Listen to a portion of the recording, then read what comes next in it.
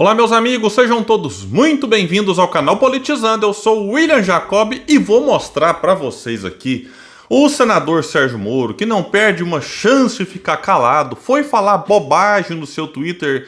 Bom, ele praticamente só fala bobagem, mas dessa vez eu vou mostrar um vídeo aqui do Celso Amorim desmentindo, o senador Sérgio Moro, que já era uma vergonha enquanto esteve no judiciário, em que a pretexto de combater corrupção espalhou nulidades e colocou na rua um monte de corrupto. Alguém acha que o Cunha é gente boa, é honesta, Cabral e outros mais. Então eu vou mostrar para vocês porque ele era vergonha antes como juiz, vergonha como ministro e agora continua como senador. Lamentável essa postura. Eu vou trazer um vídeo muito importante do Celso Amorim falando sobre o conflito lá Israel-Palestina e um vídeo de uma documentarista que, olha, esfregou na cara da Globo News como é que a atuação deles é uma atuação, vou colocar uma expressão forte, ridícula, patética. E aí ela diz isso na Globo News, um negócio assim, a gente tem que assistir isso aqui, enfim, elogiar e parabenizar a coragem que ela teve. Vou mostrar tudo isso, mas antes quer pedir a sua ajuda. Chegou no canal, viu que não está inscrito? Se puder, se inscreva, ativa aí o sininho das notificações, deixa like se gostar do vídeo e dislike se não gostar. Comenta, sua opinião é muito importante. Se puder, espalha, vamos trazer mais pessoas para cá, porque aqui nós lutamos por um Brasil melhor. Bom, e eu aqui no começo atualizei a tela, eu quero agradecer. Nós alcançamos a marca de 199 mil inscritos, agora bora buscar a marca de 200 mil. Quem puder dar essa força, ajuda aí. Uma marca super importante para esse canal que começou aí há menos de 2 anos e meio. Então vamos lá, pessoal. Sérgio Moro é uma dessas figuras lamentáveis da política brasileira, depois de ser uma figura lamentável no governo Bolsonaro e também lá como juiz de primeira instância. Aí, como essa trajetória cheia de coisa absurda, ainda assim o povo do Paraná elegeu ele senador da República, e se não for cassado, acho que vai ser, terá mandato aí até 2030, comecinho de 2031, porque toma posse ali no dia 1º de fevereiro de 2023 e vai até o dia 31 de janeiro de 2031. E o Sérgio Moro foi no seu Twitter e escreveu o seguinte: o Brasil não tem relevância internacional suficiente para fazer qualquer diferença na guerra no Oriente Médio. A crise serve apenas para Lula exercitar a sua megalomania diplomática e para revelar o quanto a ideologia, vejam só, comprometeu a capacidade de parte da política brasileira de condenar atos terroristas. Bom, esse tweet aqui tem mentira do começo ao fim. Eu não estou entre aqueles que passam pano para o atual governo. Quem me acompanha aqui sabe, tem que criticar, eu venho aqui e critico, não tem nenhum problema em relação a isso, mas a gente tem que ser correto com as coisas. O ataque, sim, foi condenado e foi chamado de ato terrorista, sim. Então o Sérgio Moro, digo tranquilamente, é um mentiroso. Ah, mas o Lula não falou a palavra, o nome Hamas. Seria mesmo preciso? Seria o ideal? Alguns jornalistas, influenciadores, além de alguns políticos, têm cobrado isso. Aí eu quero mostrar para vocês um vídeo do Celso Amorim, que esse sim é alguém que merece respeito. Já foi ministro da Defesa, Relações Exteriores, agora ele é chefe da assessoria especial do presidente Lula.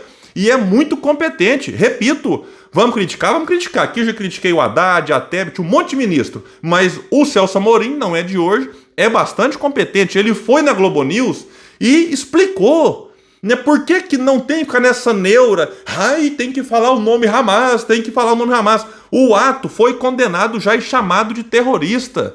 Então vamos ver aqui a explicação dele, porque diante desse conflito eu tenho evitado falar sobre ele aqui no canal, porque reconheço que eu tenho bastantes dúvidas sobre muitas coisas que acontecem lá. Eu torço pela paz, eu sou contra a violência, mas olha, o que a gente vê de suposto especialista em rede social falando bobagem, tá cheio.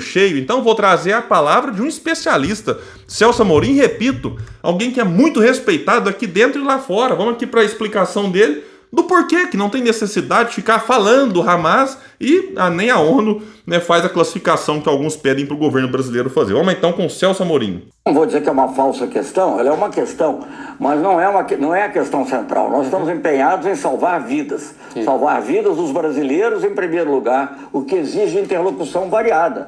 O nosso O nosso embaixador lá em Ramallah, ele não usa talvez a palavra, mas ele tem que falar com pessoas que são ligadas ao Hamas, que são as pessoas que controlam. Então, e tem que ter a colaboração deles nesse momento. Nós temos condenado de forma veemente o Twitter do presidente, que foi talvez a primeira manifestação, fala em ações terroristas e elas são condenadas. O projeto de resolução que foi apresentado pelo ministro Mauro Vieira na ONU fala em ações terroristas. Agora, esse rótulo, essa qualificação, ela é dada nós só aceitamos a que é dada pelo Conselho de Segurança da ONU. Só para dizer para vocês, porque, digamos, as pessoas apreciam mais a opinião de europeus ou de outras pessoas. Isso aqui eu achei bom demais, porque aqui no Brasil existe uma veneração. Ai, mas os países europeus, ai, mas os Estados Unidos. Vamos ver o que ele vai falar aqui agora. Por exemplo, a Noruega não classifica de terrorista. Por quê? E Noruega não é qualquer país, vejam só a explicação dele. É porque precisa negociar se ela quiser obter a paz. Lembre-se que a Noruega que fez o Acordo de Oslo, que foi o primeiro acordo que deu esperança de uma paz na região. A Turquia, que é membro da OTAN, aliás a Noruega também não classifica. Aliás, a Turquia vai até mais longe. Ela é um país com forte presença muçulmana e os representantes do Hamas são recebidos na Turquia. Não estou defendendo que essa é a prática certa, não. Eu só estou querendo dizer que isso é uma coisa que não é tão simples. Veja bem, eu lembrava outro dia... Tá vendo aí, Sérgio Moro? Aprende um pouco. É de graça esse aprendizado. Não fica passando vergonha como senador, não. Tenha respeito pelo cargo que ocupa. Uma colega de vocês aí na Globo News, que quando eu era ministro outra vez, havia uma grande pressão para taxar as Farc como organização terrorista. Por que o Brasil não faz? Porque o Brasil não faz, porque a ONU não define dessa maneira. E como a ONU não define dessa maneira, nós também não definimos. E veja bem, a Farc hoje tem gente no governo, tem gente no parlamento, houve uma negociação que resolveu uma situação. Então há um ato bárbaro que foi muito criticado pelo governo, com os termos mais veementes, continua sendo, a resolução que a gente apresenta lá menciona que são ações terroristas, usa até uma palavra mais forte ainda na definição, que agora eu não me lembro, um adjetivo horrendo, algo assim, que agora eu não me lembro exatamente qual é, mas enfim, não há dúvida sobre isso, não há dúvida que nós condenamos.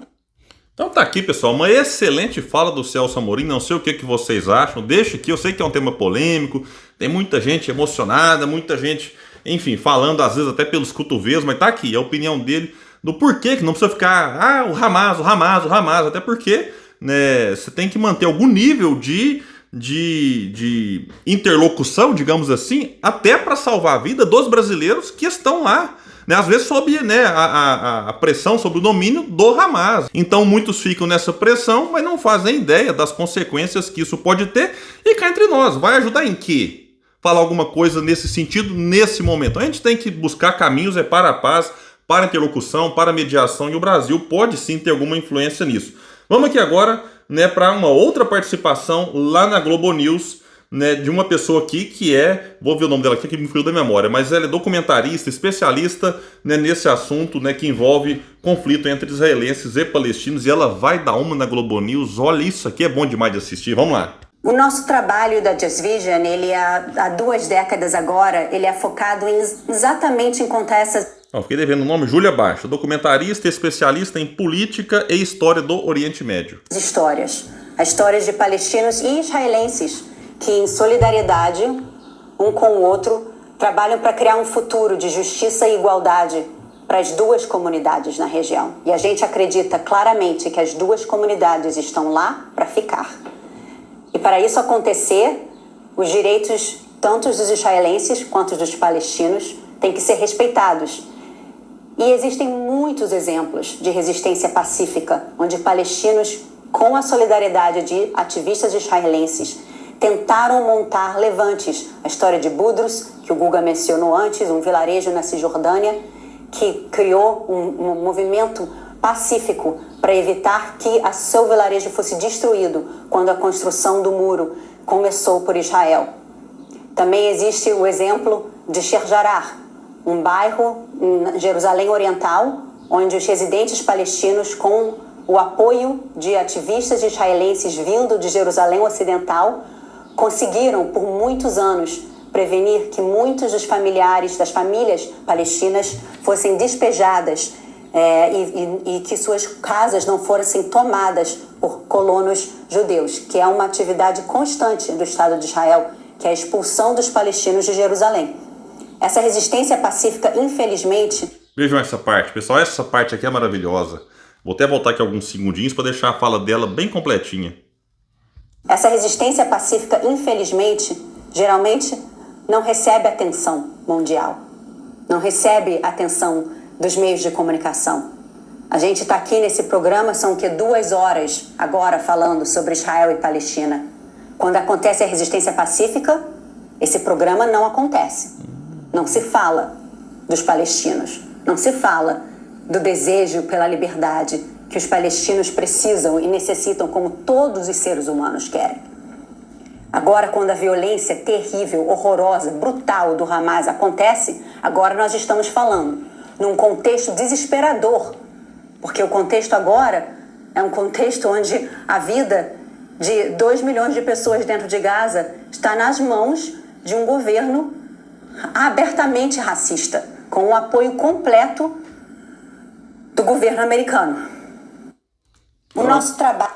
Pronto, a fala dela aqui encerra de forma impecável. E como tem o apoio do governo dos Estados Unidos, opa, aí pronto, é o suficiente para a mídia, né, tentar pintar o Netanyahu como se fosse, né, alguém espetacular, pacífico. E ela diz aqui é um governo sim racista, para dizer o mínimo em relação ao governo do Estado de Israel, mas ela condena, né, o ato sim brutal que foi feito lá pelo Hamas. Então, a gente fica por aqui, sempre trazendo reflexões, o comentário de vocês é sempre muito importante, quem puder, comenta, espalhe o vídeo, vamos trazer mais pessoas para esse espaço, porque aqui nós lutamos por um Brasil melhor. Valeu, gente, até mais!